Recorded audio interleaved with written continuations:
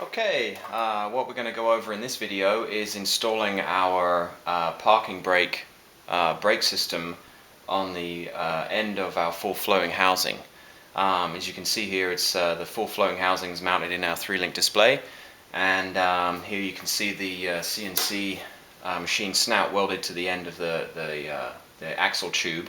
When we looked around for parking brake systems for this type of housing here, I looked at some spot calipers, we looked at pinion brakes. There really is nothing out there that to me seemed that it would do the job. So what I did is I actually followed along and looked around at what the OEMs were doing in this sort of situation with their parking brakes. And really the only system that seems to work what I would call well enough for us to put our name on it would be a drum in hat style parking brake, which is what we have here. It's basically a backing plate with small brake drum shoes on it, and we have this made here, and then we have this bracket welded to the axle tube, and this would mount onto here, and then the hat would go over this, and the rotor and the calipers. So we'll go ahead and install this right now. You can see here the mechanism, the cables would route in here, pull this mechanism so you can retain your original handbrake, parking brake handle, and it quite simply fits over the snout like so, and is held on by 4 3/8 bolts. So I'll go ahead and put them in now.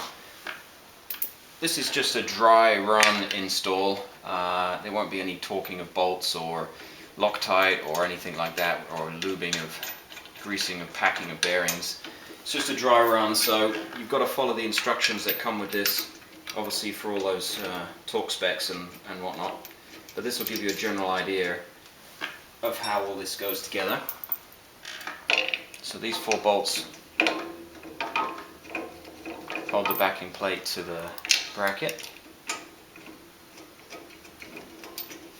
I'm just going to run these down here.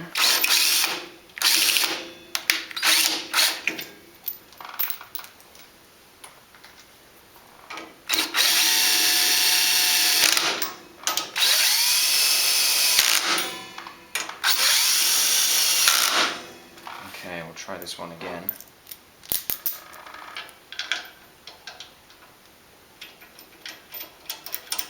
There we go.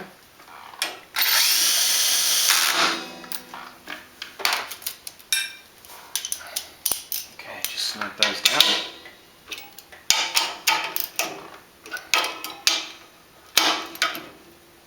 So these would typically be red Loctite onto there and then torque to spec. Next up would be to put the bearing on this side, and as you can see we use a tapered roller bearing, and this is what makes our full flowing system so unique and gives it one of its major benefits, where you don't get any pad knockback from the axles moving and pushing the rotors back and forth. So if you can visualize this as being like a giant version of a front spindle, when the hub sits on here and the other tapered bearing goes on here and the lock nut goes down and tightens everything down, the rotor can't move side to side under heavy cornering loads, and that's the beauty of this. Then you're able to run nice and stiff fixed 4-piston calipers with no worry about any piston knockback. So this would be the inner bearing here, and then we would install the rotor, the hat, and the hub assembly. So this is the rotor that goes with this system. It's a 13 by 810 directionally vented rotor, safety wired here to the hat. You can see, so the shoes would then, when you apply the parking brake, would press inside here. You can see the racers are already installed, and then we've got the hub assembly already, ships already assembled with the 3-inch ARP bullet nose studs already on there. So it all comes like this when you purchase this system, all ready to go. So all you simply do is you would slide this over that one bearing that's already there. We would then put in the outside bearing like so, Then there's a keyed washer that simply goes into the keyway already on the snout.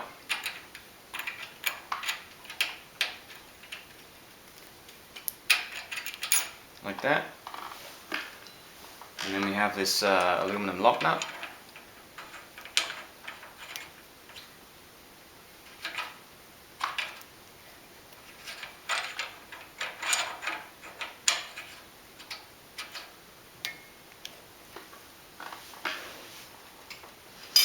Okay, and then we ship you this special socket for this nut.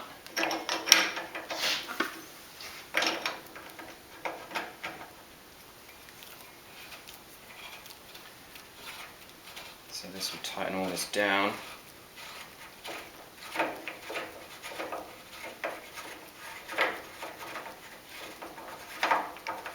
Like so. Okay, I'll just snug this up.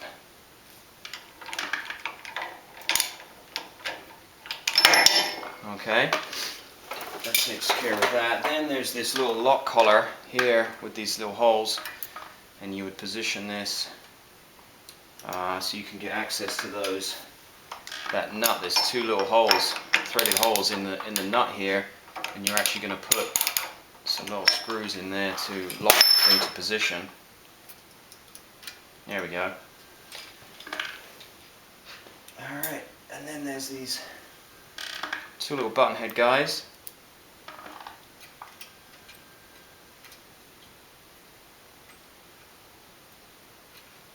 That would go in like so. And this would stop the nut from either tightening or backing off. There's a little split lock washer under the head of those as well.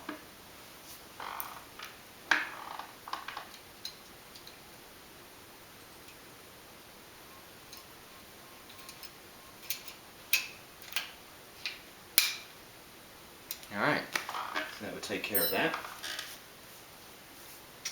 Okay, next we would put the drive plate on. Now this is the beauty of the system. So right now the rotor is just riding on the housing itself. The weight is carried on the housing on the tapered roller bearings.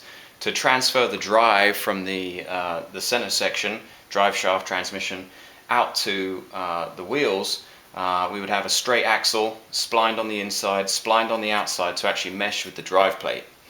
So you can see here there's teeth here that would mesh with the axle. That would go in here. So this would get positioned and slip over the studs like so. And there's two more little beveled socket cap screws that would just hold this in place.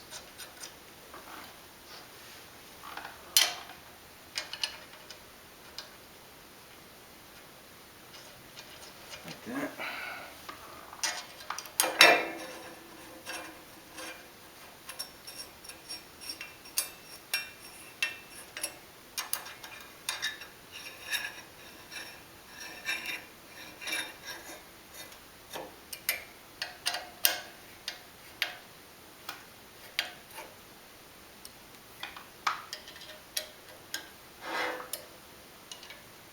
Okay, so there's the drive plate, just pretty much installed there. So now you could see that theoretically the axle can be pulled straight out through the drive plate without even needing to remove any of this. So if you do manage to twist or break an axle, you don't even need to take the wheel off on certain wheels. You could take the hubcap off, the center cap off the wheel, pull the axle right out, put the new one in, and you're good to go. So it can speed up maintenance like that. So then there would be a dust cap that would go here. It's simply a paper gasket and a little steel CAD plated dust cap. And these are all again held in place with some socket head cap screws and some split lock washers to keep it tight.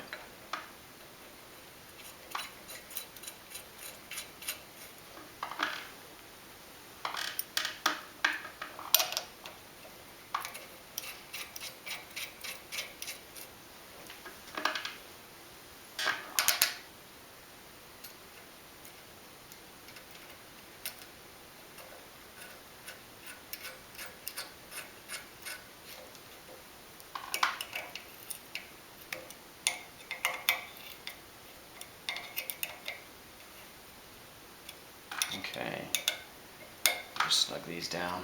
Again, there's talk specs for all this sort of stuff in the instructions. This is just a dry run here, so. Okay, so that takes care of all the outside stuff. Next we would move to mounting the caliper. This is our forged 4-piston aluminum caliper. Comes like this, pads are already installed. Powder coat red or black is pretty standard. We can do other colors if you wish. And then we've got this custom made steel bracket that we have CAD plated.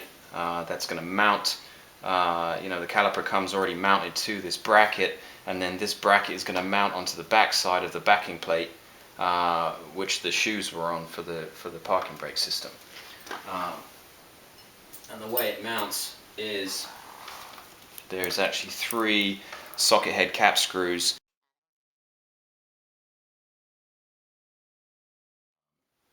So we'll go ahead and put that on there now.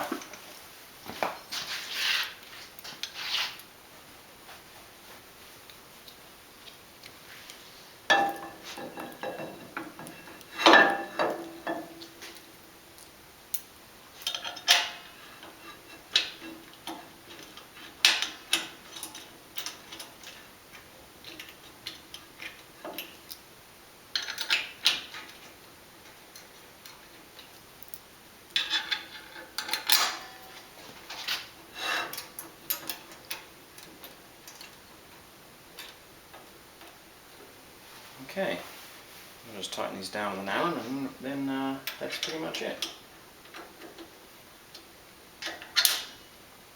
The kit also does include a custom universal set of cables, so you can route them any which way that you like. You can route them following the stock location if you wish, or if you've done something different with your exhaust or your floor pan, you can use those cables. Like I said, it's a custom fit type universal cable set with a bunch of different fittings and options and routing solutions, so you can take care of that.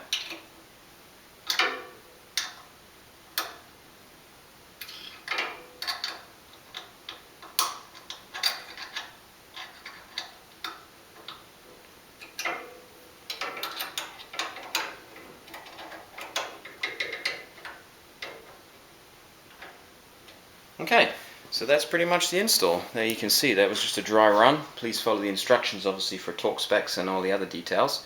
But there you have it. That's our full flowing housing system on our 3-link display with our parking brake system on the end.